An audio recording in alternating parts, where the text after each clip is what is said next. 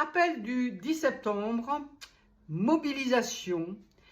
Écoutez cet extrait vidéo que je viens de vous sélectionner, extrait vidéo de François Asselineau.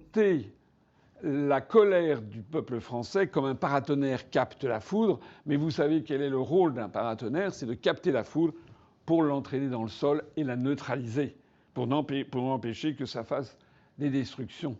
Et bien c'est la même chose. En fait, toutes ces opérations, elles captent la colère populaire pour les neutraliser, les envoyer dans le sol.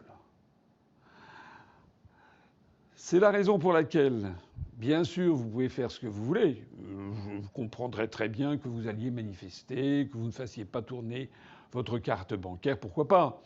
Si ça peut faire plaisir, si ça peut donner l'impression de bouger, de faire quelque chose. Mais en pratique, j'espère que je me trompe, mais en pratique, le 10 septembre n'aura pas un effet très différent de celui de toutes les manifestations comparables qui l'ont précédé.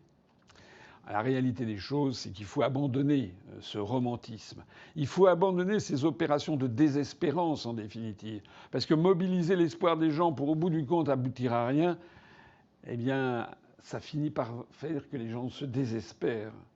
Désespèrent de trouver une solution politique et se raccrochent finalement aux élections présidentielles, à la personne qu'on va leur présenter comme étant un opposant, qui d'ailleurs, au passage, cet opposant qu'on leur présentera à l'élection présidentielle, vous, comme par hasard, ne voudra pas sortir de l'Union européenne, de l'euro et de l'OTAN. Voilà. Alors évidemment, ce que je dis n'est pas forcément très agréable à ceux qui portent beaucoup d'espoir dans ce mouvement du 10 septembre, qui pensent que ça va tout péter, que effectivement les choses vont changer. Mais moi, je pense que le devoir d'un homme d'État, ça n'est pas de raconter des salades. Ça fait 15 ans qu'on raconte des salades aux Français avec tous ces mouvements. Le devoir d'un homme d'État, c'est de dire aux Français la réalité. Ça veut dire que si vous voulez aller manifester le 10 septembre, soit dans la rue, soit par exemple en faisant la grève des achats, vous ne faites pas tout chauffer comme on dit, chauffer votre carte bancaire ce jour-là. Voilà, pourquoi pas? Faites-le. Moi, je ne vois aucun point hostile.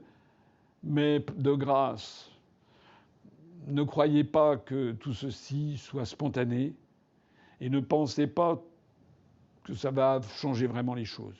Voilà, vous avez mon point de vue, vous faites ce que vous voulez. Si vous voulez aller manifester, allez-y. Si vous voulez ne pas utiliser votre carte bancaire, ne l'utilisez pas, je vous soutiens. Mais encore une fois, n'attachez pas à ça trop d'espérance. Et je voudrais conclure par le fait que la situation de la France, elle est tellement grave que face à une situation extrêmement grave, il faut arrêter les enfantillages, il faut arrêter le romantisme, il faut arrêter de tomber dans la première manipulation venue, dans le premier traquenard médiatico-politique venu. Il faut garder l'esprit rationnel, il faut calculer comme un joueur d'échecs et il faut se rassembler. Il faut se rassembler auprès d'une offre politique. Auprès d'une offre politique avec un mouvement politique qui est porteur d'un véritable projet révolutionnaire.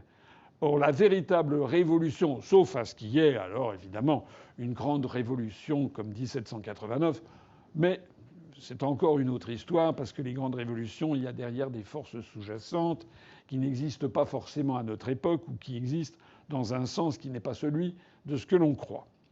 En attendant, si les Français veulent vraiment changer les choses, ça va se passer à l'élection présidentielle en 2027.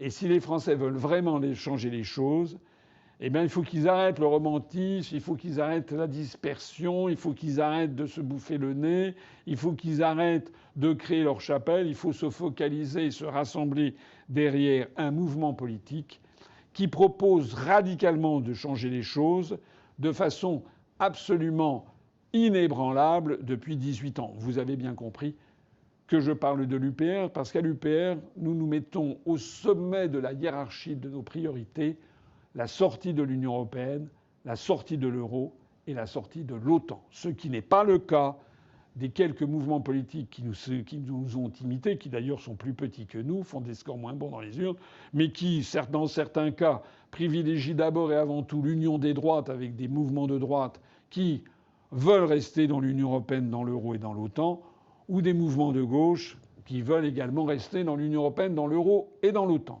Voilà. C'est au peuple français de réfléchir. Il a du temps. Il a du temps, pas trop, mais il a encore du temps, jusqu'en avril-mai 2027, pour savoir pour qui il va voter.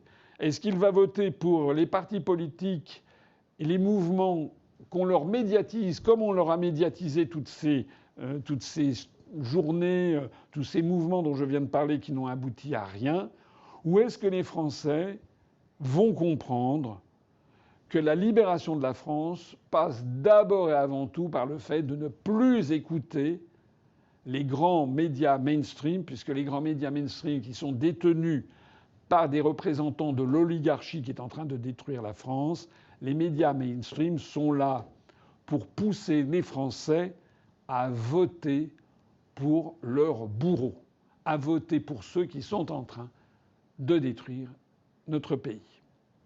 Vive l'UPR et vive la France.